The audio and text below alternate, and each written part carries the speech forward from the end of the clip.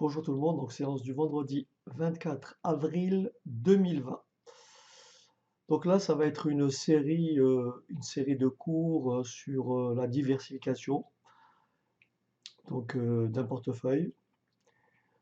Alors bien sûr, je vais essayer d'expliquer surtout aujourd'hui euh, l'utilisation de certaines formules mathématiques qui effectivement posent problème en DSCG. Alors d'abord, je vais vous rappeler ce qu'on a vu la dernière fois, si vous permettez, et vous me direz si vous me direz La dernière fois, on a dit que lorsqu'on avait deux variables aléatoires grand X et grand Y, d'accord? Donc vous vous rappelez de ceci. Donc là, j'ai deux variables aléatoires grand X et grand Y. Donc là, j'ai l'espérance mathématique de AX. Ah, j'ai fait une petite erreur de frappe. Je vais la corriger. Très bien, donc je l'ai corrigé. Donc ça fait espérance de AX plus BY plus C. C'est tout simplement égal à A espérance de X plus B espérance de Y plus C. La variance de AX plus BY plus C. Je peux aussi écrire écart type carré de AX plus BY plus C, hein. La variance, c'est le carré de l'écart type. Donc, dans, dans les cours, je vais plutôt utiliser cette expression pour la variance. Je vais élever l'écart type au carré. Donc, la variance de AX plus BY plus C, attention, c'est A carré variance de X plus B carré variance de Y plus 2 fois AB covariance de XY. Alors bien sûr, on peut écrire la même formule comme ceci. Et donc je remplace la variance par écart type carré de X. La variance de Y, écart type carré de Y. Ensuite, on a vu que le coefficient de corrélation linéaire entre X et Y, le coefficient de corrélation linéaire entre X et Y, c'est la covariance de XY divisé par l'écart type de X multiplié par l'écart type de Y. Donc ici, j'ai remplacé la covariance de XY par... Donc vous voyez, si le coefficient de corrélation est égal à covariance sur écart type fois écart type, la covariance est tout simplement égale à coefficient de corrélation fois écart type que je... Voilà, donc si le coefficient de corrélation est égal à covariance sur écart type de x fois écart type de y, la covariance de xy, je fais le produit en croix, c'est coefficient de corrélation multiplié par l'écart type de x fois l'écart type de y, et j'ai remplacé la covariance ici par sa valeur. Est-ce que vous vous rappelez de ça? Ok, Acer. Je corrige. Donc je vous laisse noter tout ça. Ok les enfants? Allez. Est-ce qu'il y a des questions là-dessus? Ou bien capture d'écran, oui. Alors on va passer, si vous voulez bien, donc on va passer maintenant à ce qu'on appelle la constitution d'un portefeuille. Qu'est-ce que cela veut dire, constituer un portefeuille? Ça veut dire en fait prendre plusieurs titres et les mettre et les regrouper en fait. Par exemple, acheter des actions Vivendi, acheter des actions Renault, acheter des actions Air Liquide. Si vous achetez des actions Renault, Air Liquide, Vivendi, Carrefour, vous vous constituez un portefeuille. Est-ce que vous avez compris? Un portefeuille est tout simplement un ensemble de titres.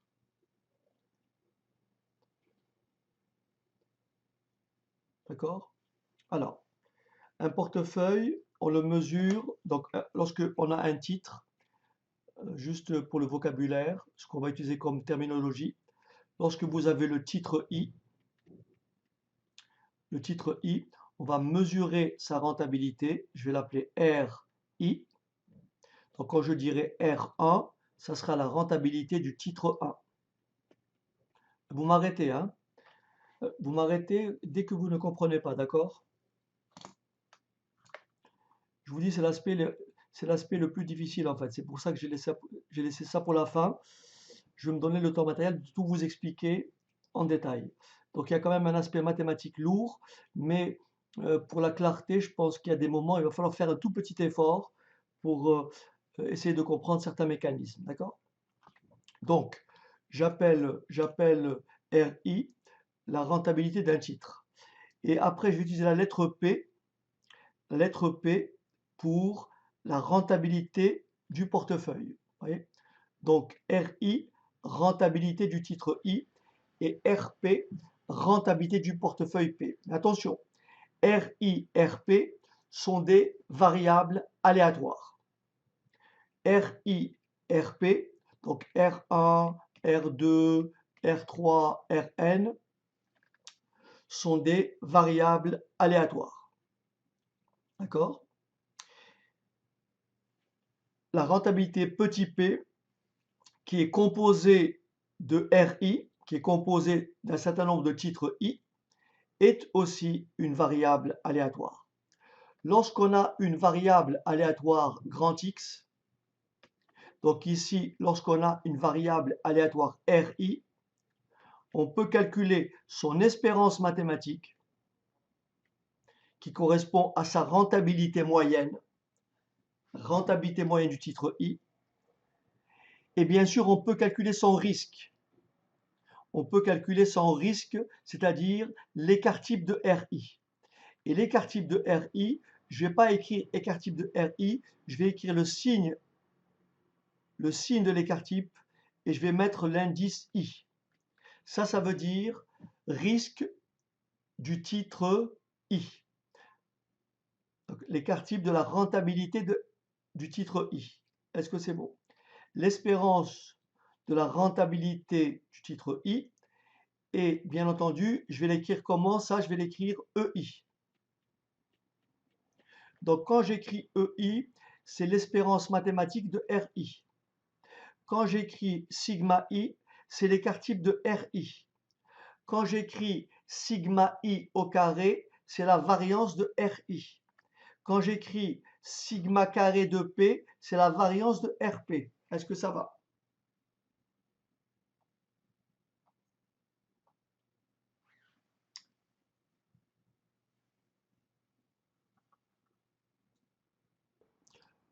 Lorsqu'on se constitue un portefeuille, on ne met pas forcément le même nombre de titres de chaque sorte. On peut mettre 3 titres Alcatel, on peut mettre 10 titres Air Liquide, on peut mettre 8 titres Peugeot, etc. D'accord? Donc on va mettre ce qu'on appelle un certain nombre de titres. Mais au lieu d'exprimer un nombre de titres, on exprimera ça en proportion. Et on dira que XI est la proportion investie en titre I. D'accord? Par exemple, admettons que j'ai mon portefeuille qui est composé de 10 actions. Vous me suivez ou pas? Mon portefeuille est composé de 10 actions dans lequel j'ai 3 Peugeot. D'accord? Une Casino. 2 Orange. Donc ça fait 4, 6. 4, 6. Et 4 Air Liquide. Est-ce que tout le monde a compris que la proportion d'actions Peugeot que je vais appeler X1, c'est 3 dixièmes, ça veut dire 0,3. La proportion d'actions Casino X2, c'est 0,1. La proportion d'actions Orange, que j'appellerai X3, c'est 0,2. Et enfin, la proportion d'actions Air Liquide, X4, c'est 0,4. Et vous remarquez que si je fais la somme des XI, forcément, c'est toujours égal à 1. C'est ce que j'ai traduit ici. Est-ce que ça va? La somme des proportions est forcément constitue donc 100% des titres, puisque votre portefeuille a 10 titres, parmi lesquels 3 Peugeot, 1 Casino, 2 Orange et 4 Air Liquide. Chaque type d'action correspond à une proportion dans le portefeuille. Il y a 30% d'actions Peugeot, 10% d'actions Casino, 20% d'actions Orange et 40% d'actions Air Liquide. Est-ce que c'est bon?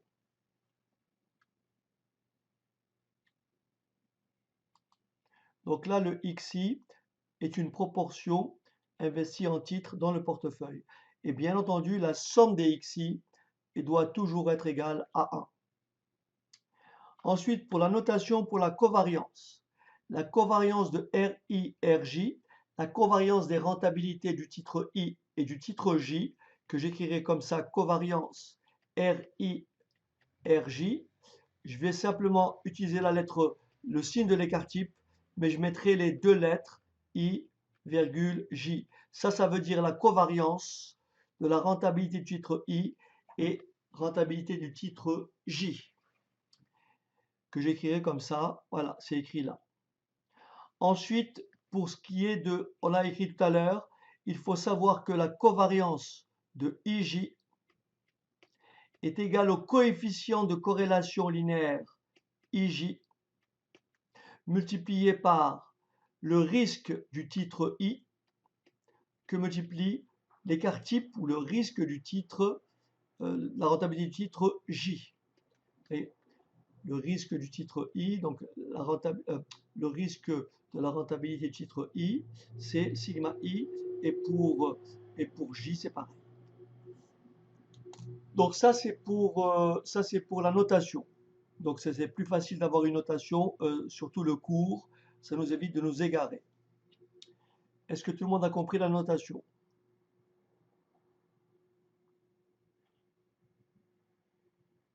Surtout, envoyez-moi du feedback. Merci. Ok, parfait. Merci. Ok, bien. Alors on va commencer par, très simplement, on va commencer par un portefeuille. On va commencer par un portefeuille à 2 titres. D'accord? On va commencer par un portefeuille à 2 titres. Après, on va étendre la formule pour un titre, mais sachez qu'en DSCG, le programme ne porte que sur 2 titres. D'accord? Le programme en DSCG ne porte que sur 2 titres. Donc, donc j'ai un portefeuille RP qui est composé de X1 titre 1 et X2 titre 2. L'espérance mathématique EP, c'est X1 E1 plus X2 E2. Est-ce que tout le monde a compris? En fait, au lieu d'écrire espérance, vous voyez, au lieu d'écrire espérance de RP égale X1 espérance de R1 plus X2 espérance de R2, on a convenu que l'espérance de RP, on l'écrivait EP, l'espérance de R1, on l'écrivait E1, et l'espérance de R2, on l'écrivait E2. Voilà. Est-ce que c'est bon?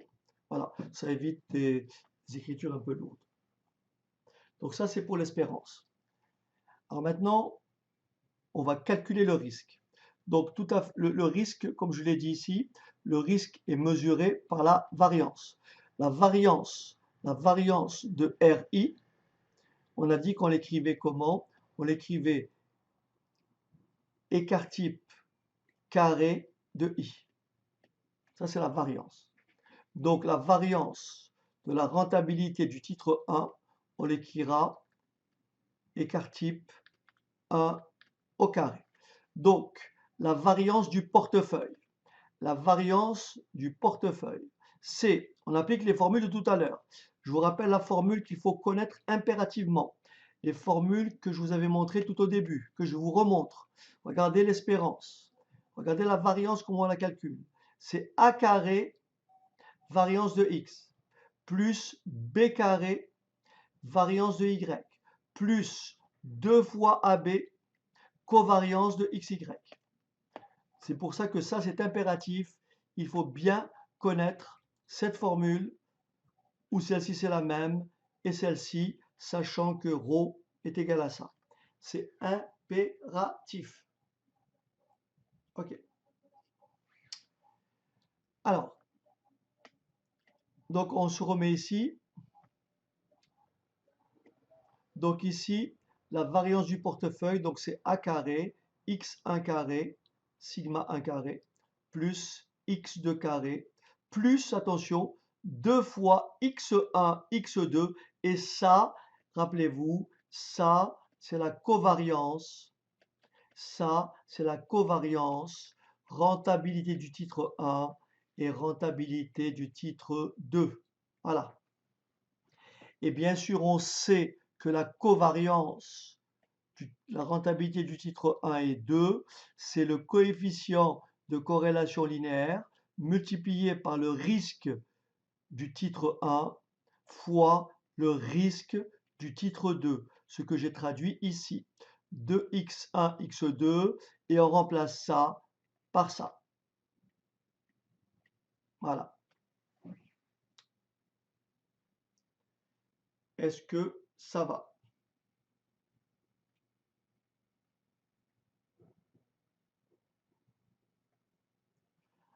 Alors bien sûr,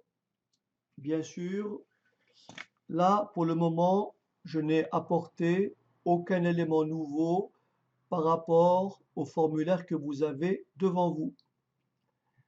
Maintenant, la question qui est posée, quel est l'intérêt de calculer quel est l'intérêt de calculer le risque du portefeuille?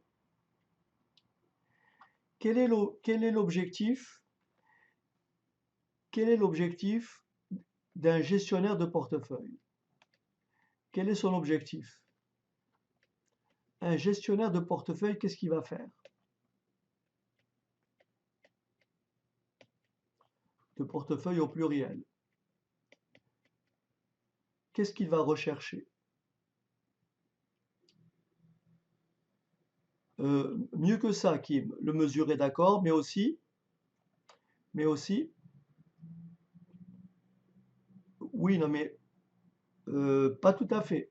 En fait, vous avez compris, il va bien sûr, bon, on va dans deux choses. Il va bien sûr regarder ce qu'on appelle la rentabilité. Mais la rentabilité, n'est-ce pas? La rentabilité, si vous regardez bien, c'est tout simplement la moyenne des rentabilités. La rentabilité du portefeuille, c'est la moyenne des rentabilités. Donc là, de ce côté, il n'y a rien à faire. Mais en revanche, rappelez-vous, on avait abordé la notion de risque. Et je vous rappelle ceci. Lorsque vous gérez un portefeuille, bien sûr, ce portefeuille-là est composé d'actions. Ces actions-là, elles seront sur le marché financier, donc elles feront l'objet de cotations. D'accord? Donc lorsque vous détenez un portefeuille, vous détenez deux types de risques. Lorsqu'on parle de risque d'un actif, il y a le risque systématique, ce qu'on appelle le risque du marché, sur lequel vous n'avez aucune action possible. Et vous avez un deuxième risque, qui est ce qu'on appelle le risque spécifique. Et le risque spécifique, comme on l'a dit rapidement, est un risque qui peut être éliminé par diversification. Autrement dit, un gestionnaire de portefeuille va essayer, dans la mesure du possible, le mieux qu'il peut, d'essayer de minimiser quoi? Le risque du portefeuille. Et on démontre mathématiquement qu'en incluant plusieurs titres dans un portefeuille, vous arrivez petit à petit à ce qu'on appelle diluer ou diminuer le risque. Il existe même des techniques qui vous permettent de simplement faire disparaître totalement ce qu'on appelle le risque spécifique.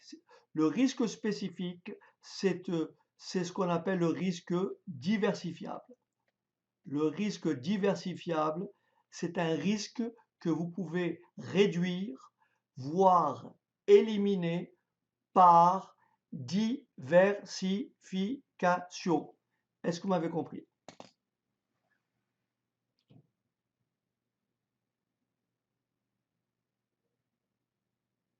Ok. Donc je répète, l'objectif d'un gestionnaire de portefeuille, c'est bien sûr de viser la meilleure rentabilité, mais surtout de minimiser le risque.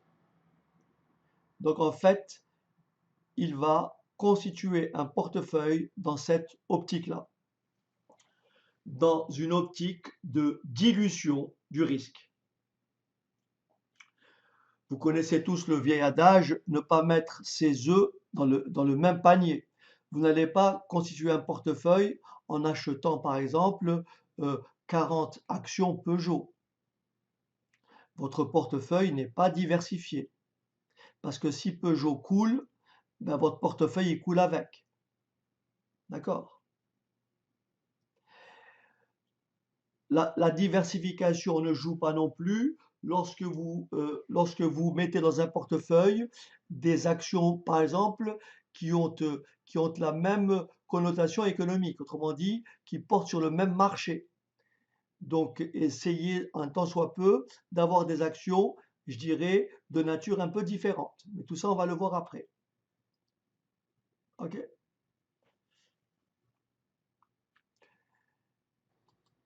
Avant d'entrer dans certaines explications, j'aimerais déjà que vous mesuriez un peu ce que ça signifie. Admettons que j'ai un portefeuille, donc j'ai un titre 1 dont le risque est de, on va dire, 4% ou 6%.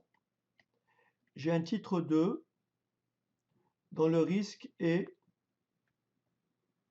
de 8%.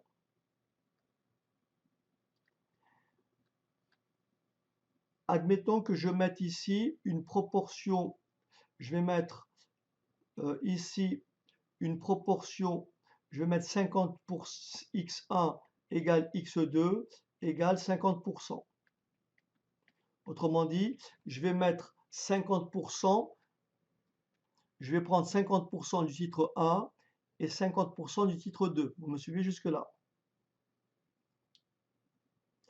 Admettons que je vous dise le coefficient de corrélation de ces deux titres. Le coefficient de corrélation de ces deux titres est tout simplement, je vais vous dire, admettons qu'il est égal à 0,5. Je répète, j'ai un portefeuille composé de deux titres. Titre 1, titre 2, dont je connais le risque du titre 1 et le risque de la rentabilité du titre 2. 6%, 8%. Mon portefeuille est composé pour 50% du titre 1 et pour 50% du titre 2. Admettons que je rajoute la rentabilité du titre 1. Admettons que je rajoute la rentabilité du titre 1. Et je vous dis sa rentabilité est de 5%. Et la rentabilité du titre 2 est de 7%. D'accord? Je vous demande si vous voulez bien me calculer la rentabilité du portefeuille,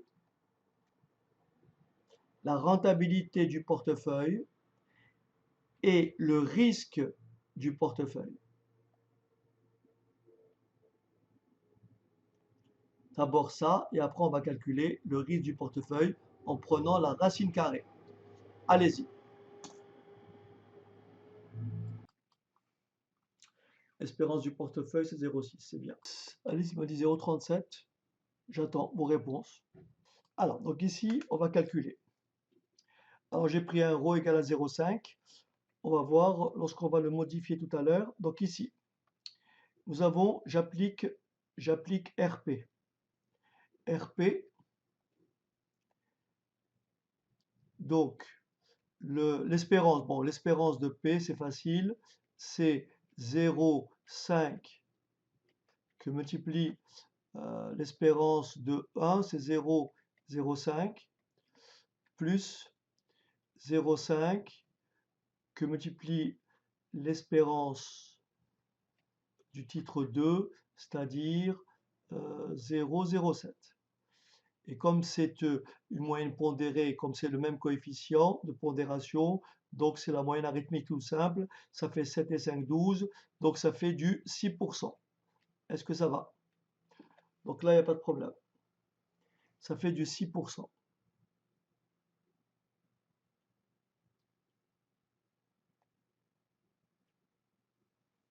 Est-ce que tout le monde est d'accord avec moi pour l'espérance, la rentabilité espérée du portefeuille, c'est 6%. Oui.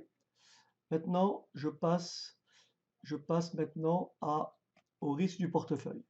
Alors bien sûr, faites attention, il faut appliquer cette deuxième formule, celle-ci. Donc regardez bien.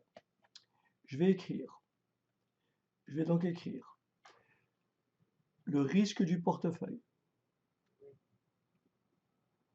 au carré, c'est-à-dire la variance, est égal à 0,5 au carré, que multiplie 6%, 0,06 au carré,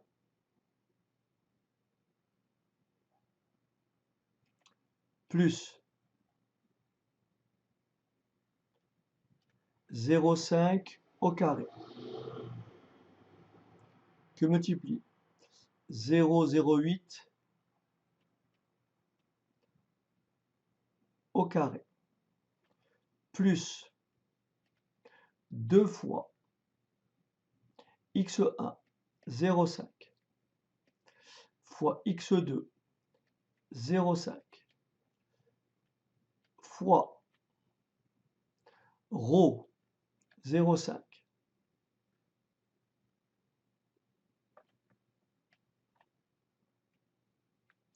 donc x1, 0,5, x2, 0,5 et ρ, 0,5, multiplié par le risque du titre 1, c'est-à-dire 6%,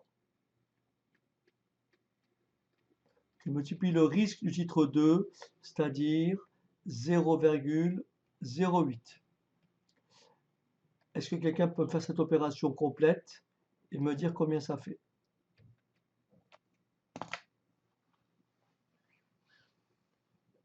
Ok, donc ça fait ça. Et maintenant, si je veux calculer le risque du portefeuille,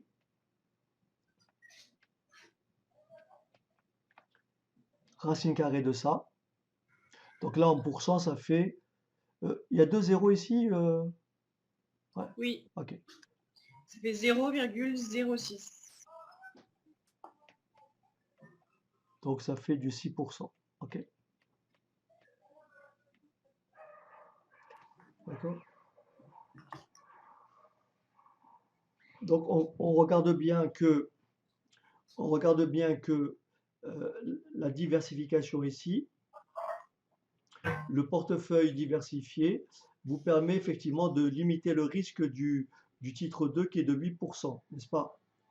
À titre juste pour voir un peu comment les choses peuvent évoluer, si vous voulez refaire le même calcul qui est là, mais au lieu de prendre un ρ, égal à 0,5, vous voulez juste prendre un ρ cette fois-ci égal à moins 0,5. En fait, vous modifiez simplement votre opération là, et au lieu d'avoir ici plus, au lieu d'avoir ici plus 0,5,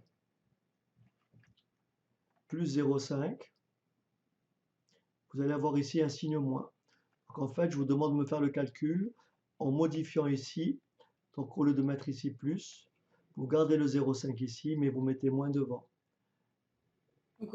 Donc du coup, on recalcule le risque du portefeuille avec ρ égale moins 0,5. C'est tout, voilà, la même formule. Vous mettez simplement au lieu de plus là, vous changez en moins. Voilà. Donc là, vous mettez moins et c'est tout. Puisque j'ai gardé la même valeur, mais simplement en négatif. Et donc là, dites-moi combien ça fait pour la variance du portefeuille.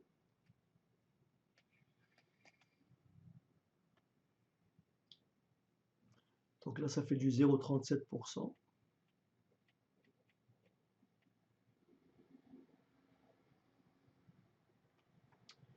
Et là, ça fait combien? Je peux effacer. Ici, si vous regardez bien, ici, ça, c'est toujours plus. Ça, c'est toujours plus. X1, c'est une proportion, c'est plus. 2, c'est plus. X2, c'est plus. L'écart type, le risque du titre 1, c'est plus. Le risque du titre 2, c'est plus. Ce qui peut être plus ou moins, c'est la corrélation. De façon logique, lorsque vous avez une corrélation qui est négative, vous allez forcément avoir ce nombre-là qui sera négatif. Et le fait que ce nombre-là soit négatif, ça voudrait dire que cette somme-là va diminuer. Autrement dit, avoir des titres qui sont corrélés négativement est la technique même de diversification. Lorsque en portefeuille, vous avez des titres qui évoluent en sens contraire, lorsque vous avez un titre qui fait ça, lorsque vous avez un titre,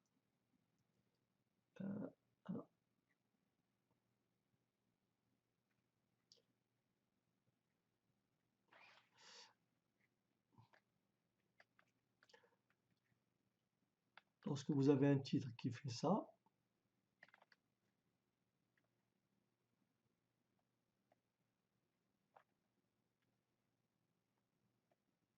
enfin qui monte, qui descend, et vous avez un titre qui est parfaitement corrélé mais négativement, eh ben il ferait ça.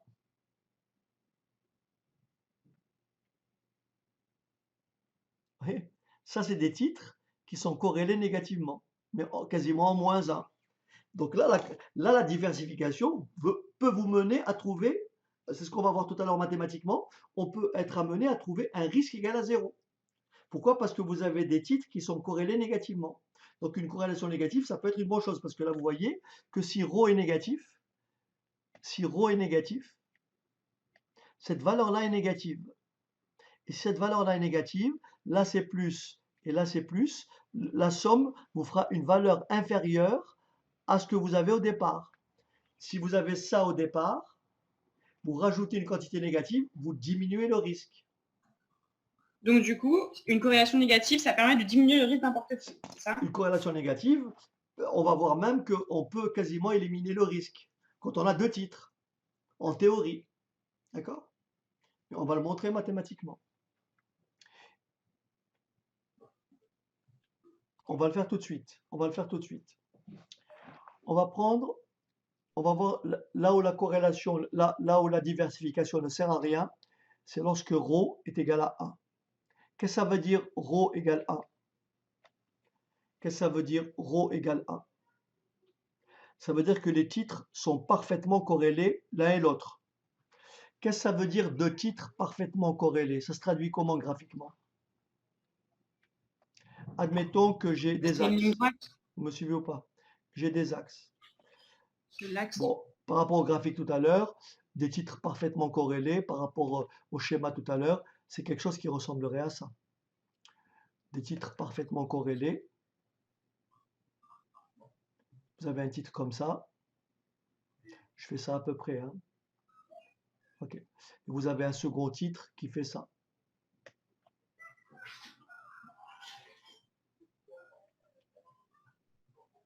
Bah, c'est des titres. C'est comme si vous aviez le même titre en fait. Vous avez compris? C'est comme si vous détenez le même titre, puisque la corrélation est parfaite. Autrement dit, les évolutions, les rentabilités futures elles sont identiques pour l'un et l'autre. On dit que les titres, ces deux titres-là, sont parfaitement corrélés. Lorsque, lorsque le cours de l'un augmente, le cours de l'autre augmentera. Lorsque le cours de l'un diminue, le cours de l'autre diminue. Ce sont des titres qui sont parfaitement corrélés. Graphiquement, regardez bien, ça se traduit par quoi? Par ceci. Là, j'ai le titre 1.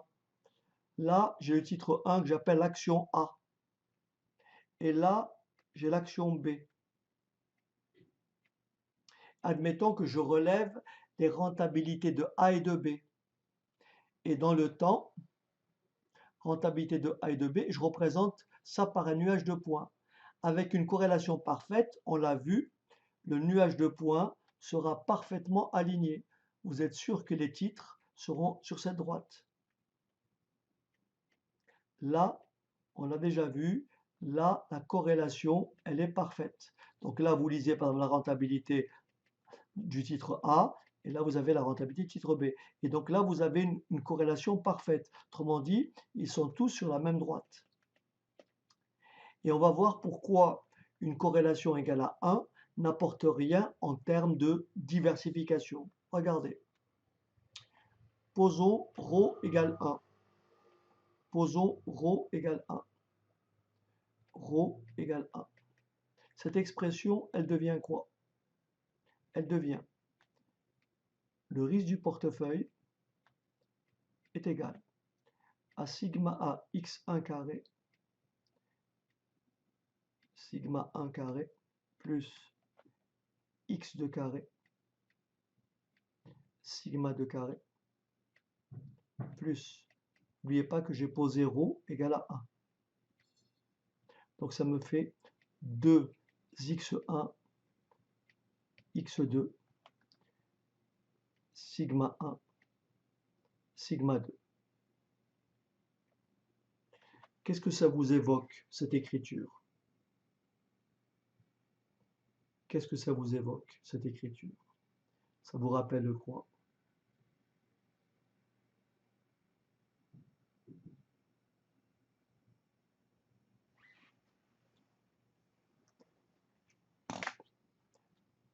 Très bien, Alice. On remarque que c'est A carré plus B carré plus 2AB. Est-ce que vous êtes d'accord? Bien vu, Alice. Donc ça fait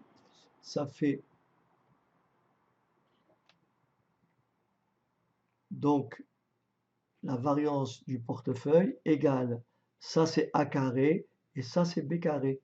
Est-ce que vous êtes d'accord? Ça fait x1 A plus B, le tout au carré. Est-ce que vous êtes d'accord avec moi que si vous développez ça, vous obtenez ça?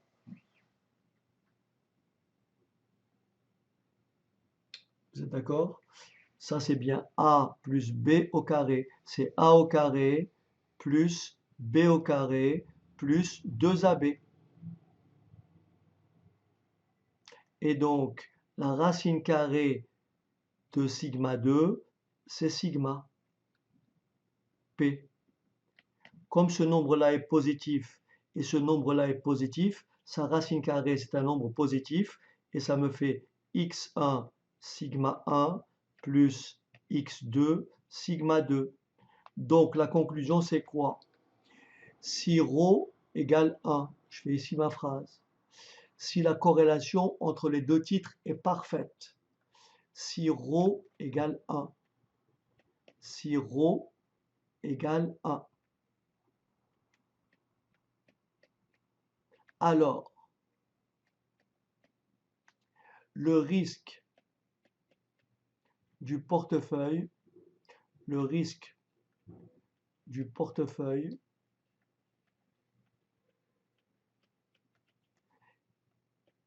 est égal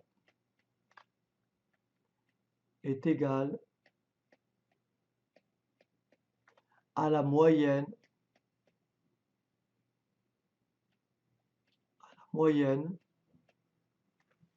à la moyenne pondérée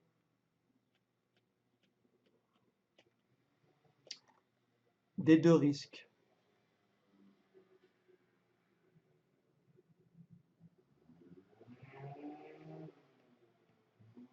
des risques de chaque titre.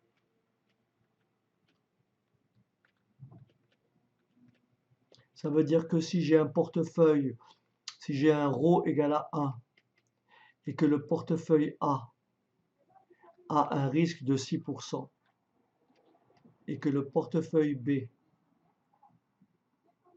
a un risque de 6%, de 8%, et que je mette ici 50% et là 50%,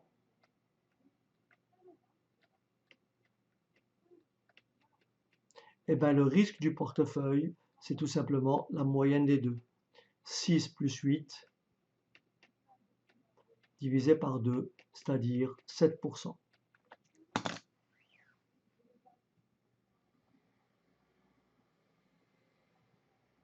Donc lorsque ρ égale 1, on dit que dans ce cas-là, si ρ égale 1, si ρ égale 1, la diversification, si ρ égale 1 entre deux titres, si la corrélation entre deux titres est parfaite, la diversification n'apporte rien. N'apporte rien. Si ρ égale 1, la diversification n'apporte rien. Le risque du portefeuille est tout simplement égal à la moyenne arithmétique pondérée des risques. À la moyenne arithmétique pondérée des risques. Voilà, je vous laisse noter. Et après, je vais prendre un ρ égal à moins 1. Je vais vous montrer après. Maintenant, regardez bien, on va maintenant passer à une corrélation négative et vous allez voir ce que ça donne. Bien sûr, tout ça, on le verra après graphiquement. Regardez bien. Cette fois-ci, je vais choisir ρ égale à moins 1. Je vais choisir ρ égale à moins 1. Donc, j'ai le risque du portefeuille, je l'écris ici. Donc, sigma p carré est égal à quoi? X1 carré plus, sigma 1 carré plus x2 carré sigma 2 carré moins, cette fois-ci, parce que ρ égale moins 1, moins 2x1 x2 sigma 1 que multiplie sigma 2. Et donc ça maintenant, ça vous évoque quoi? Sigma p carré, c'est quoi encore une fois? C'est comme tout à l'heure, c'est toujours une identité remarquable, mais cette fois-ci, au lieu d'avoir a carré plus b carré plus 2ab, cette fois-ci j'ai bien quoi? A carré plus b carré moins 2ab. Est-ce que vous êtes d'accord? Donc ça fait x1 caractéristique de 1 moins x2 caractéristique de 2. Est-ce que vous êtes d'accord que là j'ai la même chose que tout à l'heure, sauf que au lieu d'avoir plus le double produit, j'ai moins le double produit. Alors qui peut me souffler la réponse? C'est donc égal à quoi? x1 Okay. est caractéristique Je fais de des 1 questions et une plus réponse. Donc x1 sigma 1, donc ça fait a. Et après moins x2 sigma 2.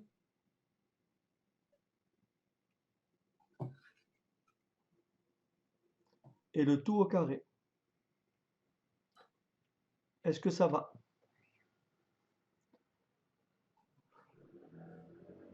Et donc là, regardez bien, le risque du portefeuille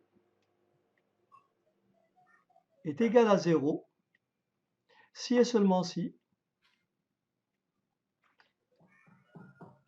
sigma 1, x1 sigma 1 moins x2 sigma 2 égale 0.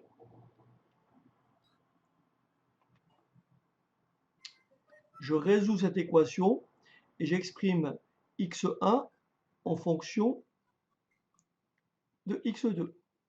Et j'obtiens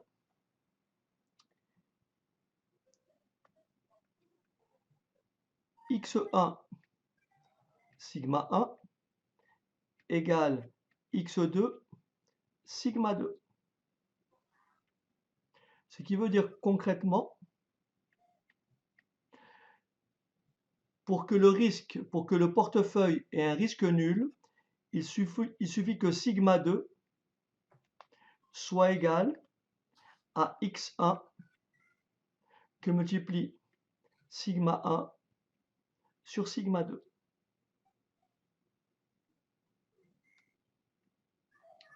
Je vous donne un exemple. Admettons que x1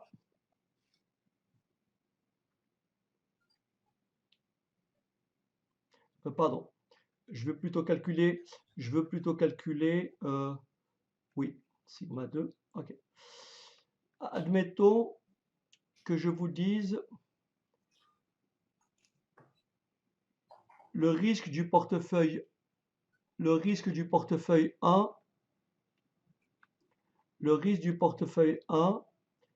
c'est 5%. Le risque du titre 1, c'est 5%. Le risque du titre 2, on va dire 4%. Et admettons que je vous dise que x1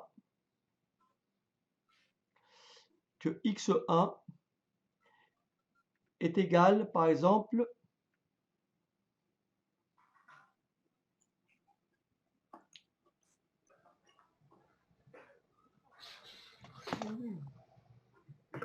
je vais changer un peu parce que sinon on va avoir une vente à découvert.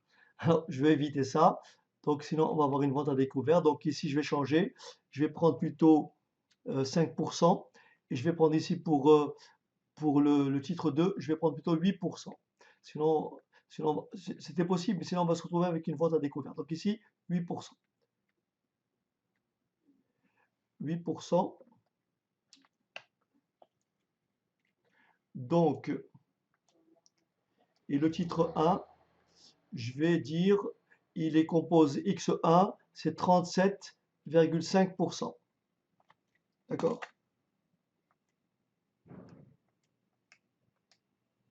Je dis des bêtises. Attendez. Si vous permettez, je vais faire les choses autrement. Alors, regardez bien. En fait, je vais refaire les choses ici. Donc, rendu ici, je vais faire les choses autrement. C'est beaucoup plus pratique. Regardez. Ici, je vais dire que x1, donc x2, donc là c'est x1, sigma 1, et forcément x2, c'est plus facile à raisonner comme ça. x2, c'est 1 moins x1. Est-ce que vous êtes d'accord? Puisque si x1 égale 0,4, x2 c'est 1 moins 0,4, ça vous l'avez compris. Donc j'exprime tout en fonction de x1. C'est bon? Le x2 c'est 1 moins x1. Je développe, ça fait x1 sigma 1 égale x2 moins x1 sigma 2.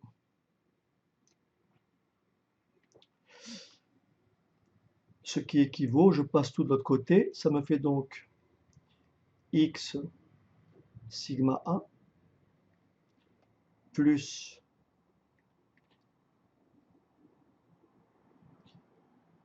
x1 sigma 1 plus x1 sigma 2 égale à sigma 2. D'accord? Égale à sigma 2. Je mets x1 en facteur, je reporte ici. Je mets x1 en facteur.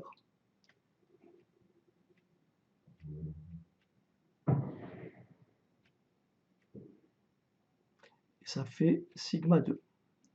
Donc si vous avez un ρ qui est égal à moins 1, pour que le risque soit nul, il suffit que la proportion dans le titre 1 soit égale au risque du deuxième titre sur la somme des deux risques. Ça veut dire concrètement ceci. Si mon portefeuille 1 a un risque de, si mon portefeuille, mon titre 1 a un risque de 3%, le titre 2 a un risque de 5%. Pour que le portefeuille, avec un ρ égal à moins 1, pour que le portefeuille soit sans risque, il suffit que la proportion de titre A, du titre 1, soit égale à 5% sur 3% plus 5%, c'est-à-dire 0,625. Est-ce que ça fait bien ça? Oui. Autrement dit, si vous avez un ρ égal à moins 1, si vous avez un ρ égal à moins 1, et que le titre 1, le risque du titre 1, c'est 3%, le risque du titre 2, c'est 5%. Et si la proportion dans le titre 1 est de 62,5%, forcément la proportion dans le titre 2 est de 37,5%. Et bien là, vous êtes sûr que le risque du portefeuille va être égal à 0. Et vous pouvez vérifier. Je vous laisse faire le calcul et vous allez voir que ça fait bien 0 puisque j'ai trouvé la proportion du titre 1 égale à 62,5 grâce à cette formule. En fait, la formule intéressante, c'est celle-là. La formule intéressante, c'est celle-là. Donc tout à l'heure, j'ai un peu tâtonné. Ce n'était pas ce que je voulais faire en fait. Voilà. Donc là, j'ai trouvé la proportion. Ça, c'est la proportion du titre 1 en fonction du risque du titre 2 et bien sûr des deux risques. OK.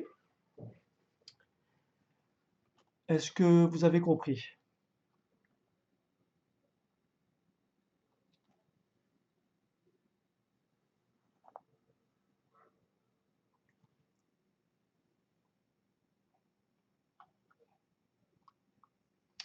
Alors, pour vous montrer comment ça marche, admettons que j'ai 3 titres, 4 titres, n titres.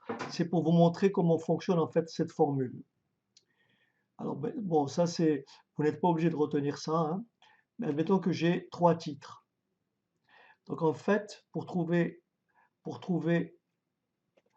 le risque du portefeuille à 3 titres, admettons que j'ai X1, X1, X2, X3, sachant que X1 plus X2 plus X3 égale 1. J'ai 3 titres.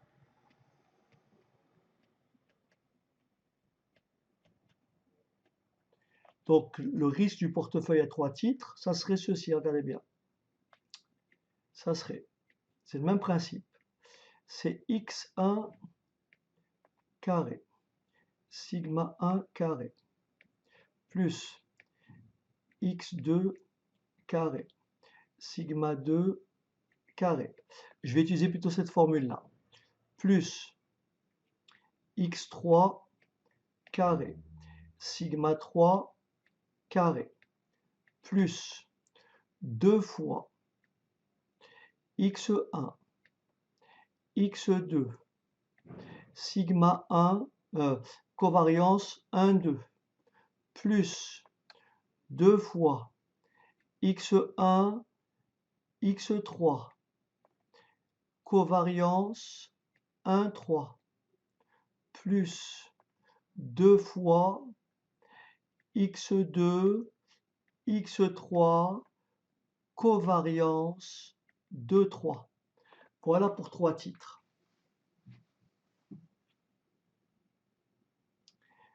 Voilà pour 3 titres. En fait, cette écriture-là, en utilisant les signes somme, je peux la présenter comme ça.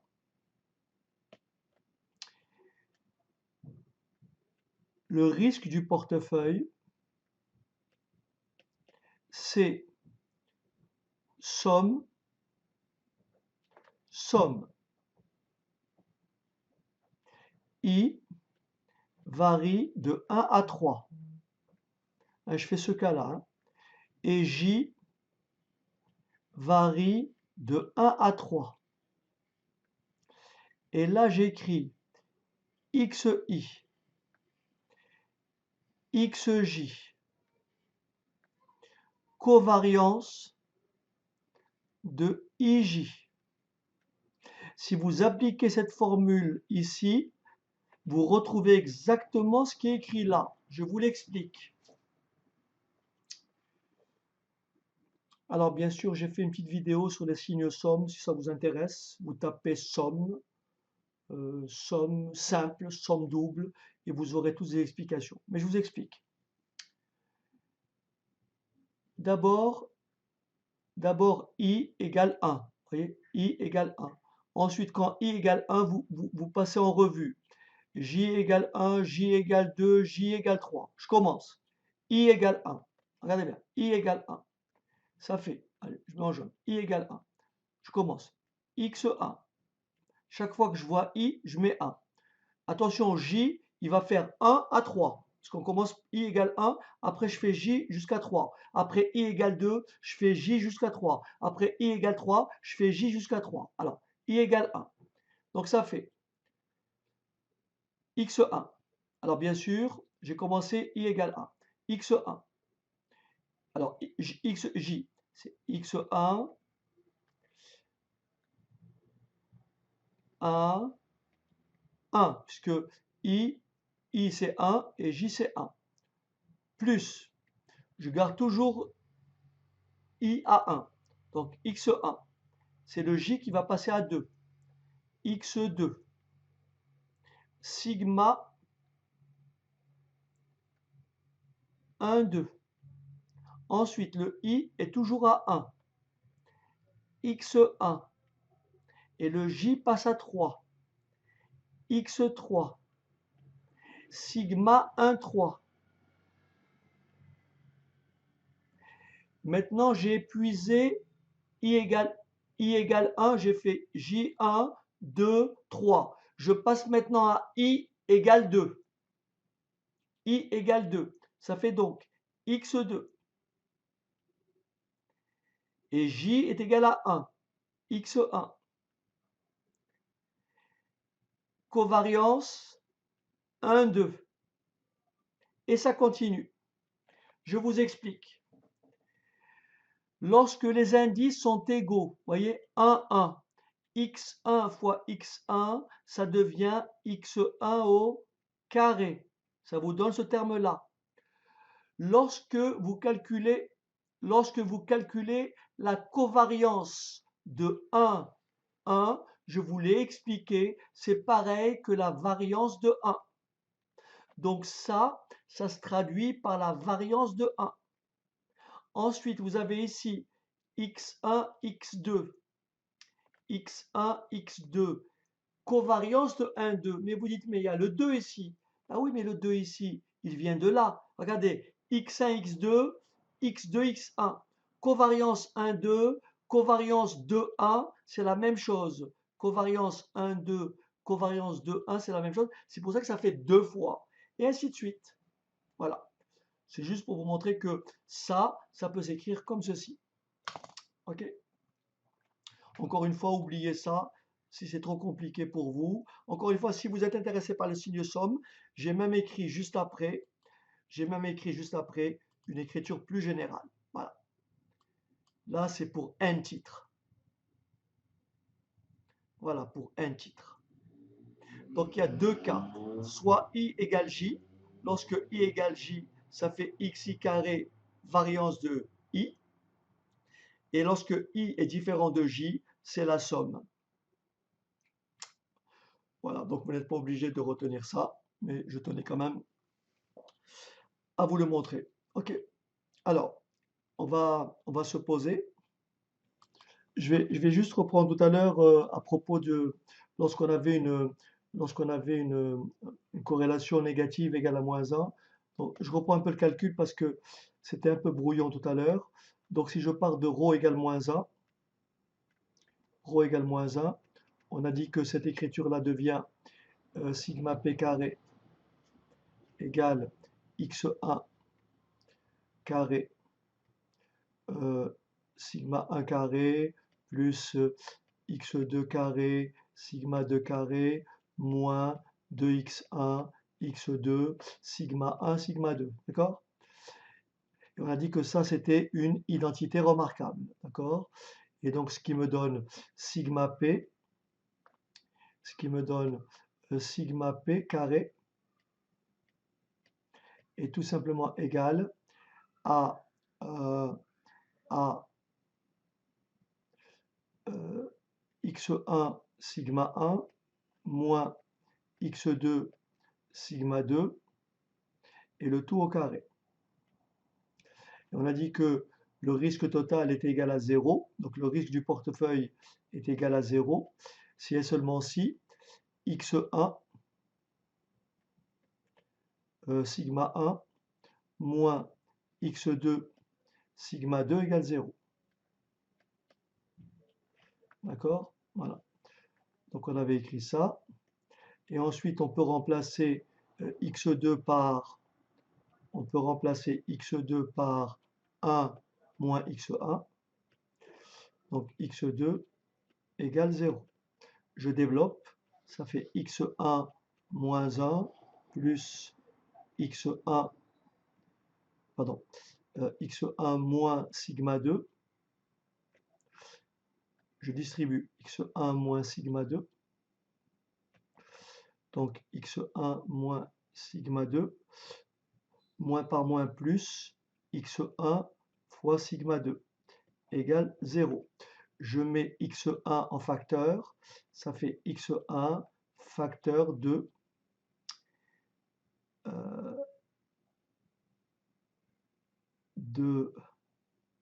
alors là bien sûr j'ai laissé tomber quelque chose, j'ai laissé tomber celui-là. Ah, je vais y arriver, hein. Sigma 1, ah là là, c'est un peu la fatigue. Alors, donc je vais laisser tomber le sigma 1 en cours de route, hein. C'est ce sigma 1 là. Donc sigma 1 x1. Donc après on a dit moins.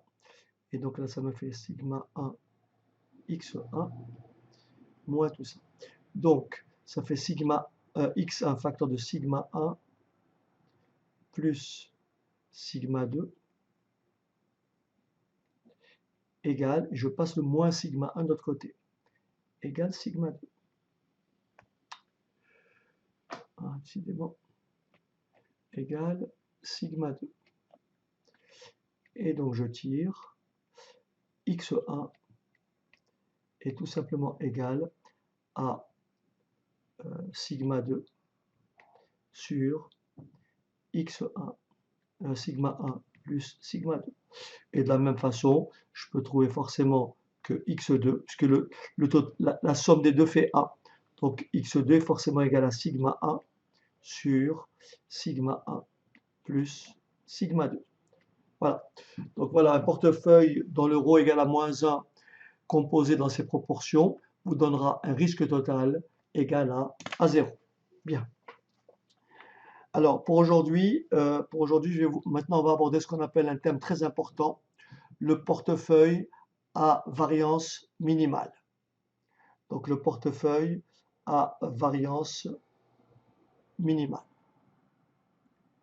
Alors j'efface. Il me faut une page blanche. Est-ce que j'en ai une? Est-ce que j'ai une page blanche? Non. Je vais donc en créer une. Donc portefeuille à variance minimale.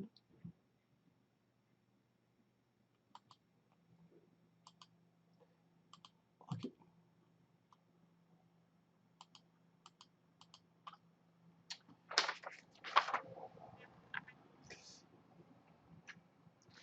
Et après, je vous montrerai graphiquement comment les choses se passent. Et le prochain cours, on abordera, on continuera ce cours parce qu'il est loin d'être terminé. Il est loin d'être terminé. Et surtout, on n'a pas fait d'application. Alors, je vais écrire.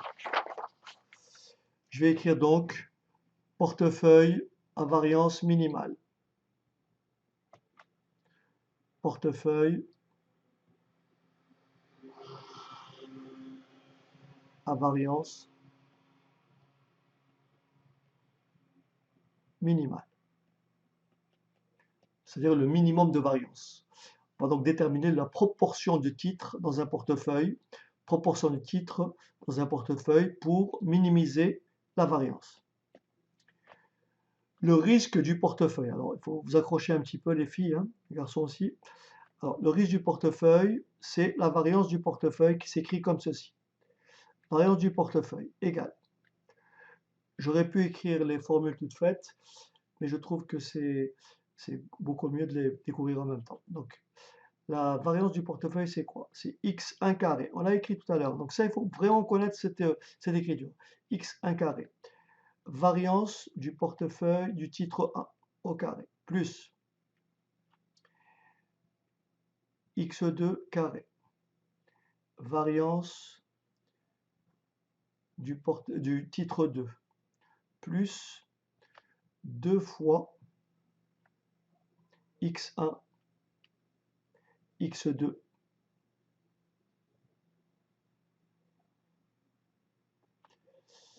covariance 1, 2.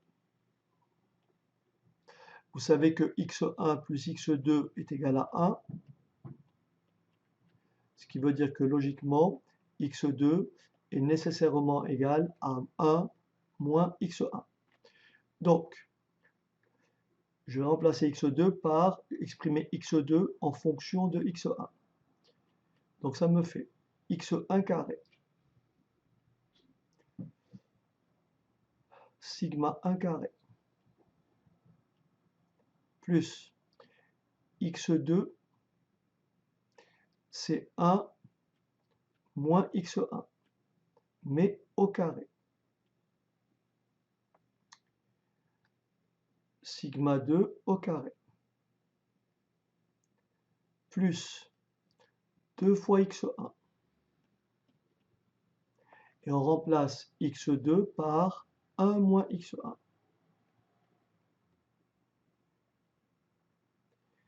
La question, c'est quelle proportion choisir pour le titre 1? C'est ce qu'on va déterminer. Quelle est la proportion à choisir pour le titre 1 pour que la variance de ce portefeuille soit minimale? Pour ça, on va passer par le calcul. Après le résultat, il sera très facile à retenir, le résultat. Mais l'intérêt, c'est de savoir d'où vient ce résultat. On va donc calculer la dérivée du risque de la variance du portefeuille par rapport à x1. Donc on va dériver par rapport à x1. Je vous rappelle ceci, la dérivée de x au carré, c'est 2x. La dérivée de x, c'est 1. La dérivée de u au carré, c'est 2 fois u'. Alors on y va. La dérivée de x1 sigma 1 carré, c'est 2x1 sigma 1 carré, puisque la dérivée de x2, c'est 2x. Attention ici, j'ai la forme u2. J'ai la forme u2, c'est 2u'. Donc ça fait, la dérivée à l'intérieur, c'est moins 1. Ça fait moins 2 fois 1 moins x1. Que multiplie la dérivée de moins x1, c'est moins 1, j'ai mis le moins devant. Variance du titre 2 au carré. Là, j'ai un produit. Soit je le développe et je dérive, soit j'applique la dérivée d'un produit. c'est comme vous voulez. Peut-être que c'est mieux de développer. Donc si je développe, ça me fera 2x1 moins 2x1 au carré. Ok. Donc la dérivée, si je la calcule, la dérivée de ça, ça fait 2. Et la dérivée de x1 au carré, c'est 2x1. Mais comme il y a un 2 devant, ça fait moins 4x1. Donc la dérivée de tout ça, je l'ai calculé ici. C'est plus 2 fois 2 moins, pardon, 4x1 covariance 1, 2. Bien. Lorsqu'on cherche le minimum d'une fonction, premièrement, il faut dériver cette fonction et déterminer la valeur qui annule la dérivée. Je vais donc continuer à transformer et ensuite, je vais poser ma dérivée égale à 0. Et je vais trouver la valeur de x1 pour laquelle cette dérivée est nulle. Alors, on y va. Donc, ça fait 2x1 sigma 1 carré. Là, je peux développer. Moins 2 sigma 2 carré. Moins par moins plus 2x1 sigma 2 carré. Là, je développe 2 fois la covariance.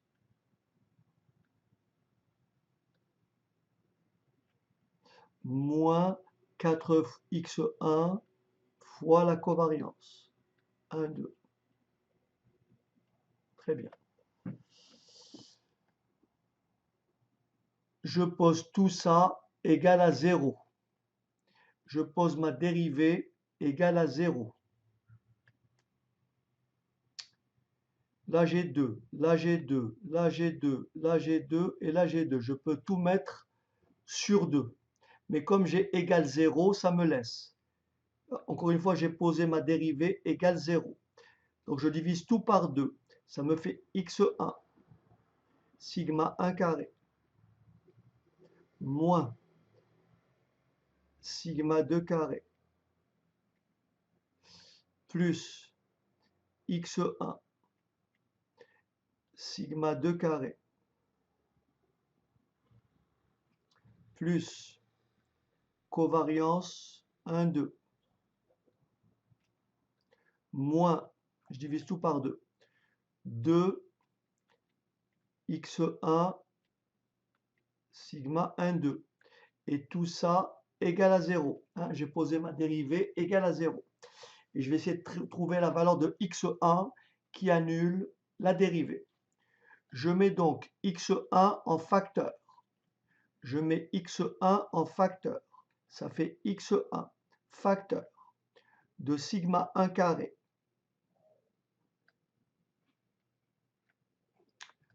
plus sigma 2 carré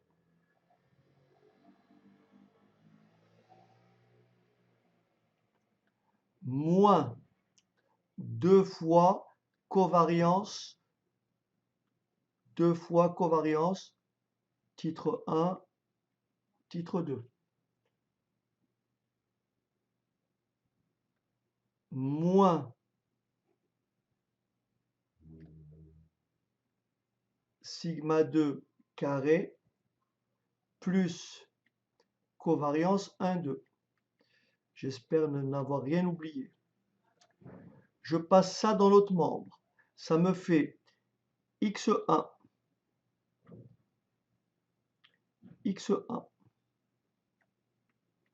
facteur de sigma 1 carré plus sigma 2 carré moins 2 fois sigma 1, 2 égale variance moins covariance Et enfin, je vais pouvoir écrire x1. Et c'est ça la proportion du titre A, du titre 1. La proportion du titre 1 pour que le portefeuille soit à variance minimale. Et bien sûr, on le verra un peu plus tard graphiquement, ce que veut dire une variance minimale. Donc ici, sigma 1 carré, pardon, sigma 2 carré, moins, on va le mettre au centre, c'est mieux.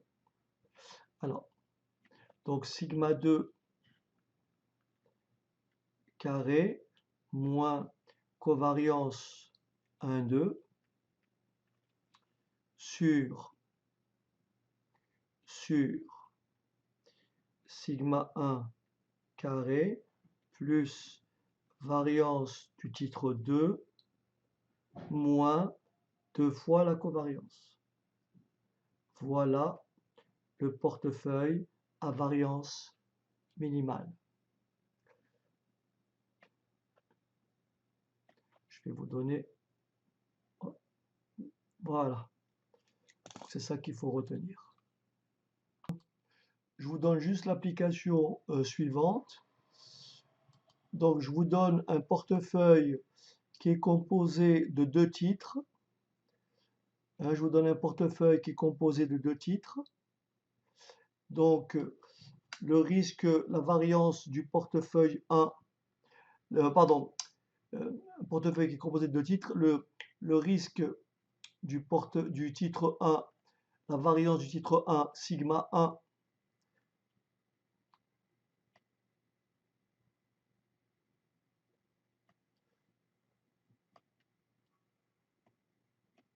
donc sigma 1 carré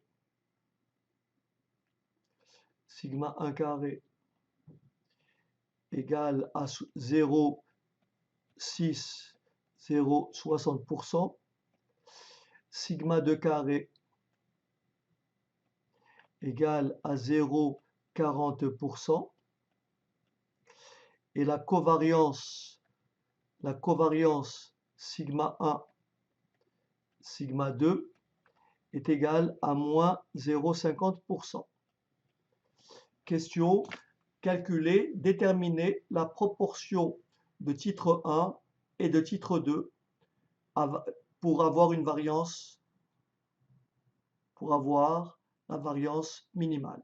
Quelle est la composition du portefeuille à variance minimale? Allez-y. Donc ici, le portefeuille à variance minimale.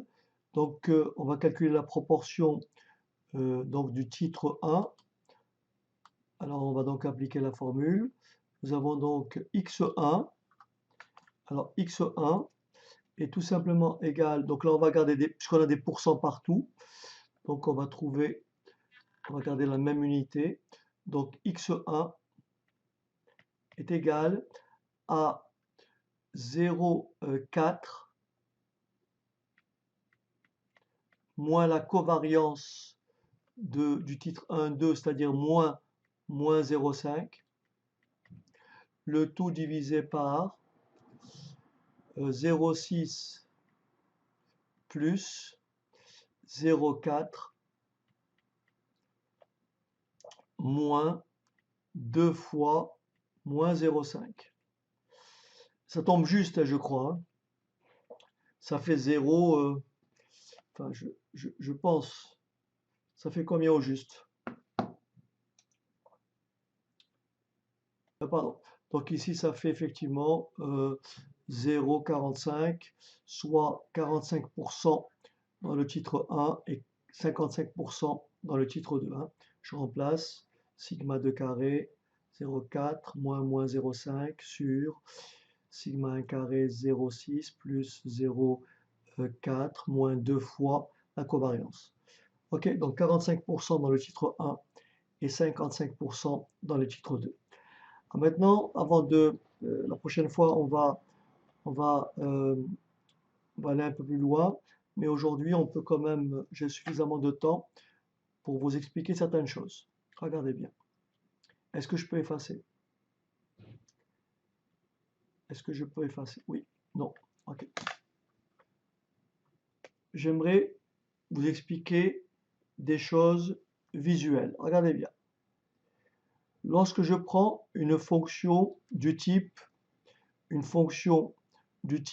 d'équation y égale x moins 6 au carré plus 4.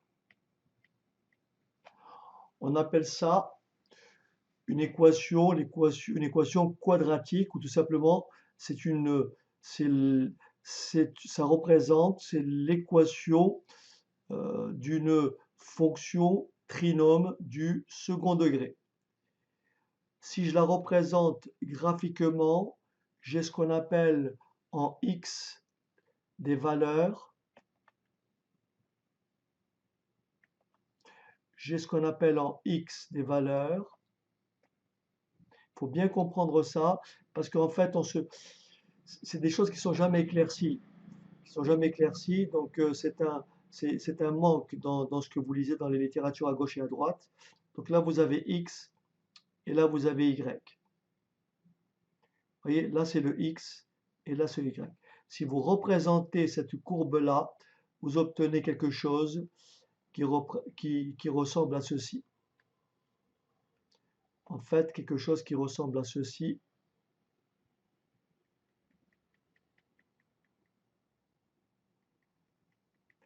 Donc là, vous avez ce qu'on appelle une parabole. D'accord? Et là, c'est ce qu'on appelle le minimum. Vous me suivez jusque-là? Donc quand vous avez une fonction comme celle-ci, j'ouvre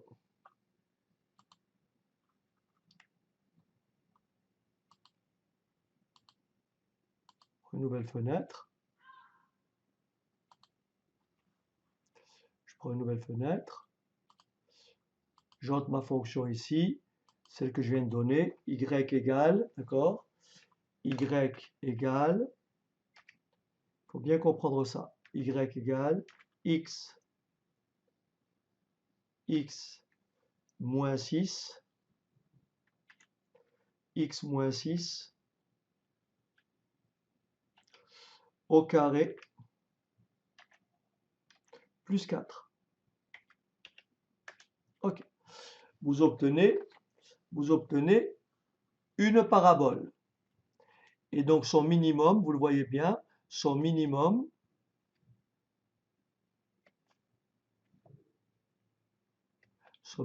vous l'avez pour x égale combien? Pour x égale 6. Et ce minimum est égal à combien? À 4.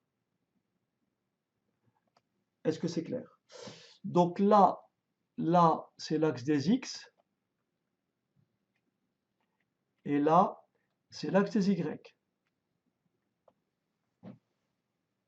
Vous me suivez jusque-là?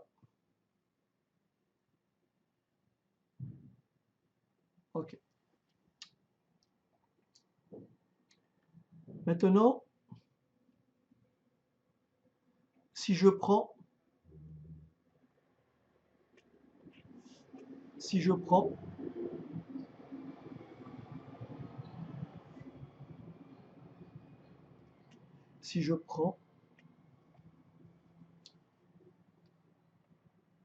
le risque de mon portefeuille que j'ai écrit tout à l'heure, le risque du portefeuille qui est égal à x1 carré variance du titre 1 plus x2 carré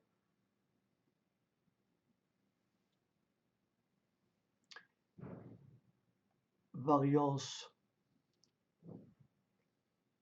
du titre 2 plus 2 fois x1, x2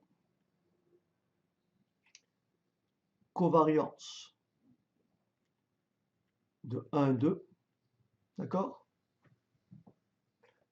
Merci, Julie. covariance de 1, 2. Rappelez-vous la rentabilité du portefeuille P, donc l'espérance, la rentabilité espérée, c'est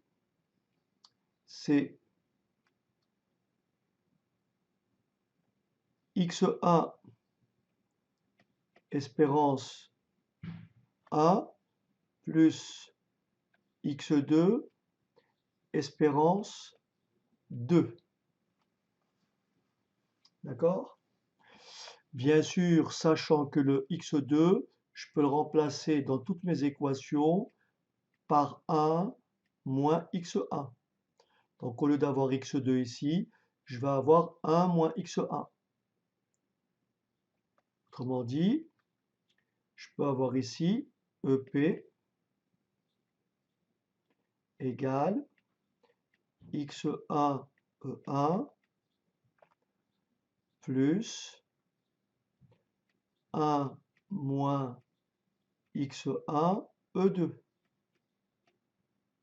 Ce qui me donne EP égale X1 E1 plus E2 moins X1 E2. Je mets X1 en facteur, ça fait EP égale X1 facteur de E1 moins la rentabilité du titre 2 plus la rentabilité du titre 2. Ce qui me donne X1 que multiplie E2, E1 moins E2, d'accord, est égal à EP moins E2. X1 est égal à EP moins E2 sur E1 moins E2. D'accord? Alors attention, je vais pas trop pousser, mais simplement pour vous donner une idée. Ici, le X1, je vais le remplacer là-dedans. Le X1, je vais le remplacer partout. Donc, j'aurai le risque du portefeuille va être égal à une fonction. Il va être fonction de quoi? Il va être fonction de la rentabilité du titre. Quand vous remplacez X1 là-dedans, vous me suivez ou pas? Quand vous remplacez le X1 là-dedans, le EP là qui est ma variable, donc là, le EP qui est ma variable, j'aurai un carré, j'aurai la même forme que tout à l'heure. J'aurai une expression du type le risque du portefeuille est égal et de la forme quelque chose, EP carré plus quelque chose, EP plus quelque chose, EP plus une constante. J'aurai donc en abscisse,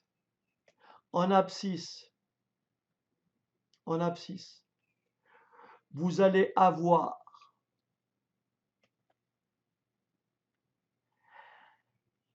la rentabilité du portefeuille et en ordonnée, vous aurez le risque du portefeuille. Est-ce que vous me suivez jusque-là? La variable, c'est EP. Donc, quand vous représentez ça, vous obtenez quelque chose qui ressemble à ça, donc à une parabole. Et ça, c'est notre fameuse variance minimale. C'est juste pour vous montrer que normalement, si je remplace x1 par sa valeur ici, j'obtiens obligatoirement une parabole. Bien. Alors soyez patient. Soyez patient.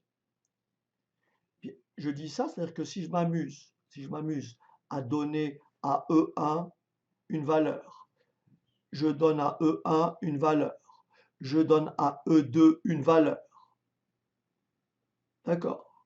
Et je fais varier et j'exprime EP en fonction de E1, E2. Le X1, je l'exprime comme ça. Donc le X1, c'est EP moins la valeur que de E1, que je remplace ici. Je vais automatiquement obtenir une fonction polynôme du second degré, qui est représentée par une parabole. Mais, attention.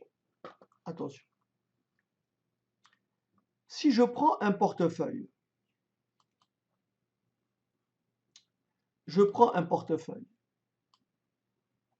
regardez ici. Attention, je vais déplacer un peu mon...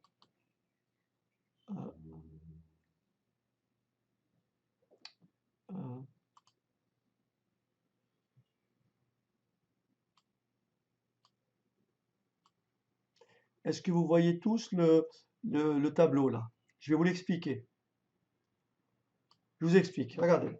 Ça, je tiens à ce que vous le compreniez. Hein. Je tiens à ce que vous le compreniez. Là, qu'est-ce que j'ai fait? Là, bon, à la limite, j'ai appelé ça WA. Je vais lui donner un nom pour garder le même sigle que tout à l'heure. Je vais l'appeler X1. Ça, c'est X1. Et ça, c'est X2. D'accord? C'est la proportion de titres. Regardez bien. J'ai pris 2 titres. Vous me suivez ou pas? J'ai pris 2 titres. Le titre A et le titre B. Vous me suivez jusque-là? Là, c'est la rentabilité de A. C'est E1. Ça, c'est la rentabilité du titre B. C'est ce que j'ai appelé E2. Vous me suivez ou pas? Ça, c'est le risque, c'est l'écart type du titre A. Ça, c'est l'écart type du titre B. Ça, c'est la variance du titre A. Vous voyez, c'est A3 au carré. Ça, c'est la variance du titre B. Et là, j'ai tapé la corrélation entre A et B. Et là, j'ai pris, par exemple, je vous explique le tableau. Si je prends 100%, pour le titre A, ça veut dire que... Ah, attendez, on ne voit pas très bien parce qu'il y a 2 zéros, c'est pas normal. Ah oui, bien sûr, je suis désolé, mais comme... Non, c'est bon. Alors,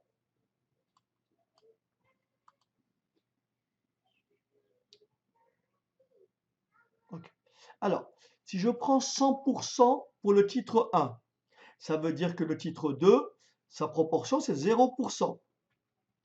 Donc, l'espérance, la rentabilité, c'est simplement... Ah, okay.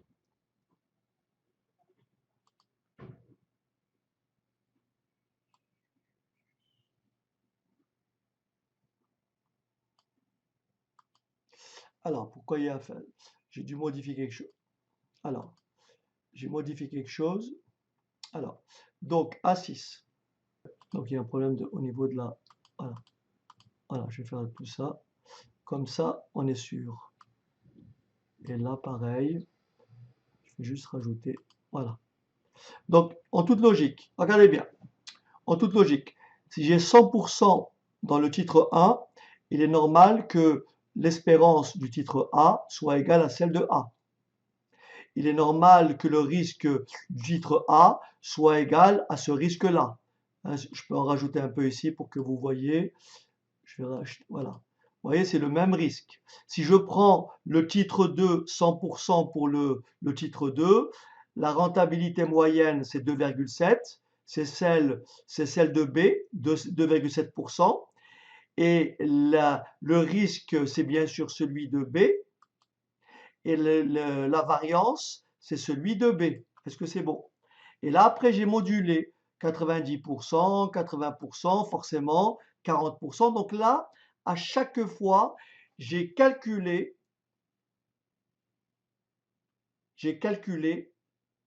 le risque du portefeuille qui est là. D'accord? Que j'ai représenté ici.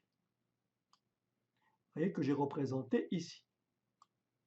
Donc vous allez me dire, mais pourquoi ça prend cette forme-là? C'est ça que je vais vous expliquer. C'est ça que je vais essayer d'expliquer. Donc ici, si vous regardez bien, il faut vraiment que je reprendrai tout ça la prochaine fois, hein. Il faut que vous compreniez que ça traite, je mets les points pour que vous voyez où c'est. En fait, ça traite cette partie-là. Regardez bien, j'encadre. En fait, ça prend ça, ça prend l'espérance, ça prend l'espérance, et ça prend l'écart-type. Le ET, c'est écart-type. Sauf que,